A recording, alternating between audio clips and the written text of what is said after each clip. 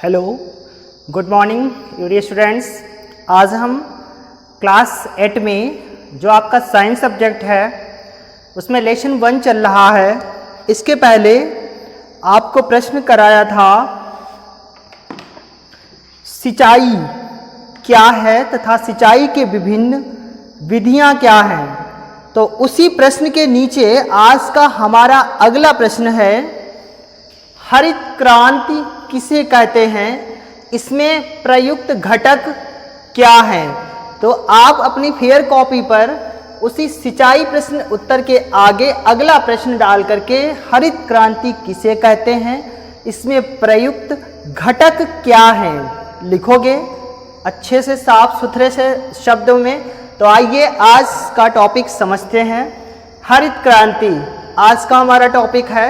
हरित क्रांति देखिए क्या होता है हरित क्रांति। पहले क्या था, बहुत पहले, कि कुछ फसलें ऐसी थी जिनकी उत्पादन क्षमता कम थी उन फसलों की। और उत्पादन क्षमता क्यों कम थी, क्योंकि वो फसलें वातावरण के अनुसार अनुकूलित नहीं थी इतनी अधिक। जैसे कि वो फसलें लंबाई में अधिक बढ़ जाती थी, हवा आने पर, तेज तूफान आने पर वो फसलें टूट करके गिर जाती थीं। उन फसलों में अधिक दाने नहीं आते थे, यानी उन फसलों की जो फलियां भुट्टे जो भी थी उनमें दाने कम आते थे। तो और उन फसलों में रोग भी अधिक लगते थे, यानी उन कीटनाशकों का इतना व्यवस्था नहीं था, कीटनाशी पौधे नहीं थे। तो वैज्ञानिकों ने क्या किया कि खोज करके जो पुरानी वयस्क किस्मों वाली फसलें थीं उन्हीं किस्मों का विज्ञान का सहारा लेकर के शोधित किया। यानी उन फसलों में इस प्रकार निर्मित किया कि उनकी उत्पादन क्षमता अधिक हो गई। तो अधिक उत्पादन क्षमता वाली फसलों को तैयार करना विज्ञान में जब तैयार किया गया तो एक क्रांति सी आ गई, यानी अधिक फसलें पैदा होने लगी, अधिक अनाज पैदा होने लगा। तो वैज्ञानिकों ने इसे हरित क्रांति कहा। तो उसी चीज को हम विज्ञान की भाषा में देखते हैं। वैज्ञानिकों ने अन्न, दालों तथा अन्य मुख्य फसलों के उत्पादन में कई तरह की वृद्धि की है, इसे हरित क्रांति कहते हैं। यानी परिभाषा तो वो भी विज्ञान की थी, परंतु यहाँ पर हमें लिखना है वो भी एक सिस्टमैटिक ढंग से। तो सिस्टमैटिक ढंग से क्या लिखेंगे कि वैज्ञानिकों ने अन्न, दालों तथा अन्य मुख्य फसलों के उत्पादन में कई तरह की वृद्धि की है। यानी वैज्ञानिकों ने जो उनका उत्पादन, पहले देसी किस्म की फसलें होती थी, उन फसलों का उत्पादन कम था। तो वैज्ञानिकों ने क्या किया, विज्ञान की मदद से फसलों के बीजों को शोधित किया, जिससे वर्तमान में वो फसलें अधिक उत्पादन दे रही हैं और उत्पादन क्षमता में वृद्धि हुई। तो इसी को हरित क्रांति कहा गया। यानी वैज्ञानिकों ने अन्न, दालों तथा अन्य मुख्य फसलों के उत्पादन में कई तरह की वृद्धि की है, इसे हरित क्रांति कहते हैं। जो फसलें अब पैदा हो रही हैं उन फसलों का उत्पादन अधिक हो रहा है, क्योंकि वो फसलें वैज्ञानिकों के द्वारा निर्मित की गई संकरित फसलें हैं, यानी कि हाइब्रिड फसलें हैं, जिसके कारण क्या है कि उनकी उत्पादन क्षमता अधिक हो रही है। और ये सब वैज्ञानिकों के कारण ही संभव हुआ, क्योंकि वैज्ञानिकों ने इन फसलों पर प्रयोग किए और प्रयोग करके उन फसलों को शोधित किया, जिसके कारण उनके उत्पादन में कई तरह की वृद्धि हुई। तो इसको करने के लिए वैज्ञानिकों ने, यानी हरित क्रांति लाने के लिए वैज्ञानिकों ने कौन कौन से घटक अपनाए, वो भी पूछा जा रहा है आपके प्रश्न में कि इसमें प्रयुक्त घटक क्या हैं। तो वो घटक ये दिए गए हैं, यानी हरित क्रांति में जो इस्तेमाल किए गए घटक हैं वो इस प्रकार हैं। अब इन घटकों को हम समझते हैं। देखिए पहला घटक क्या है कि वैज्ञानिकों ने उच्च उपज किस्मों का विकास तथा परिचय, यानी वैज्ञानिकों ने जब हरित क्रांति में वृद्धि के लिए सोचा फसलों में, तो उन्होंने जो उच्च उपज की किस्में थी उनके विकास के बारे में अध्ययन किया कि जो फसलें उच्च उत्पादन दे रही हैं वो किस कारण उत्पादित अधिक हो रही हैं, यानी उनमें क्या ऐसा गुण है जिसके कारण ये ज़्यादा हमें अनाज या अन्न उत्पन्न करवा रही हैं। तो उससे उन्हें बहुत सारी जानकारी इकट्ठा हुई, जिससे पुरानी किस्मों को इन्होंने उच्च उपज की किस्मों में परिवर्तित किया। आगे उर्वरकों तथा पीड़क नाशकों का प्रयोग, यानी जो हरित क्रांति थी उसमें उर्वरकों का इस्तेमाल किया गया। आप खाद और उर्वरक पढ़ चुके हो।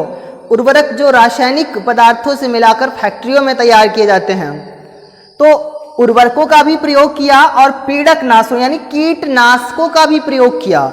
वैज्ञानिकों ने हरित क्रांति लाने के लिए जो फसलें तैयार कर रहे थे उच्च उपज वाली, उन फसलों में उन्होंने कीटों से बचाने के लिए उन्होंने पीड़क नाशक या कीटनाशक का प्रयोग किया तथा फसलों की वृद्धि और विकास के लिए उन्होंने उर्वरकों का भी प्रयोग किया, जिससे फसल का जो पेड़ है यानी पादप है वो स्वास्थ्यवर्धक तैयार हो। जब फसल में किसी प्रकार का रोग नहीं होगा तो सामान्य सी बात है कि उत्पादन अधिक होगा। आगे रोग रोधक किस्मों का विकास, यानी वैज्ञानिकों ने उन्हीं किस्मों को रखा हरित क्रांति में जिनमें रोग कम लगने की संभावना थी, यानी जो फसलें रोगों से लड़ने की क्षमता अधिक रखती थीं उन्हीं फसलों पर उन्होंने प्रयोग किए, क्योंकि जिस फसल में रोग नहीं लगेंगे वो फसल स्वास्थ्यवर्धक होगी, और जब फसल स्वास्थ्यवर्धक होगी तो उत्पादन की शक्ति भी बढ़ेगी, मात्रा भी बढ़ेगी। तो उन्होंने रोग रोधक किस्मों को ही लिया और रोग रोधक किस्मों का विकास किया, यानी हरित क्रांति में रोग रोधक किस्मों का विकास किया जिसमें कम रोग लगने की संभावना थी। और रोग लगने की कम संभावना कब होगी? जब वो फसल रोगों से लड़ने की प्रतिरोधक क्षमता उसमें अधिक होगी, यानी रोगों से लड़ पा रही होगी, तभी उसमें कम रोग लगेंगे। ऐसी फसलों का विकास किया। अगला, कम लंबाई वाली किस्मों का विकास जो नीचे नहीं गिरती, यानी उन्होंने हाइब्रिड फसलों में कुछ ऐसी फसलें बनाई, हरित क्रांति में ऐसी फसलें निर्मित की जिनका यानी पादप लंबाई में नहीं बढ़ता था, यानी कम बढ़ता था, क्योंकि आवश्यकता से अधिक लंबाई बढ़ जाएगी तो तेज तूफान या आंधी आने पर पादप के तने बीज से टूट करके गिर जाएंगे, जिससे फसलों को नुकसान होगा और उपज पर सीधा प्रभाव पड़ेगा, यानी उत्पादन कम होगा।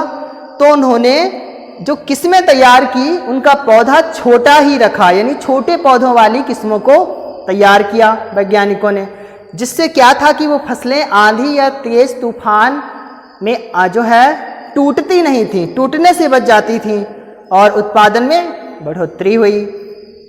आगे, सूखा रोधक किस्मों का विकास, यानी वैज्ञानिकों ने हरित क्रांति में ऐसे फसलों को डेवलप किया कि जो सूखा से भी लड़ने की क्षमता रखती थी, यानी उनको अधिक पानी की आवश्यकता नहीं पड़ती थी, क्योंकि पानी हर जगह समान रूप से नहीं उपलब्ध होता है, कि कुछ ऐसे क्षेत्र हैं, कुछ ऐसे मैदानी भाग हैं जहां पर पानी की मात्रा कम होती है, तो वहां भी तो फसलें उगानी हैं। तो उन्होंने ऐसी फसलों का ही विकास कर दिया कि जिसमें पानी की मात्रा कम लगे, अर्थात वो फसलें कम पानी में तैयार हो जाएं, परंतु उत्पादन पर प्रभाव ना पड़े, यानी उत्पादन अच्छा हो और पानी की भी मात्रा कम लगे।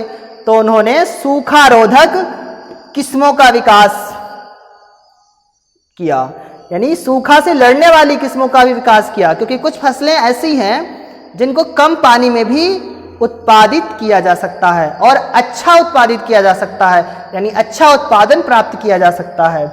तो हरित क्रांति में इन घटकों का वैज्ञानिकों ने प्रयोग किया, जिससे क्या हुआ कि अन्न, अनाज, फसलें, फल वाली फसलें, सब्जियों वाली फसलें, यानी दालों वाली फसलें, अनाज वाली फसलें, इन फसलों के उत्पादन में हर तरीके से वृद्धि हुई और यही वृद्धि हरित क्रांति कहलाई।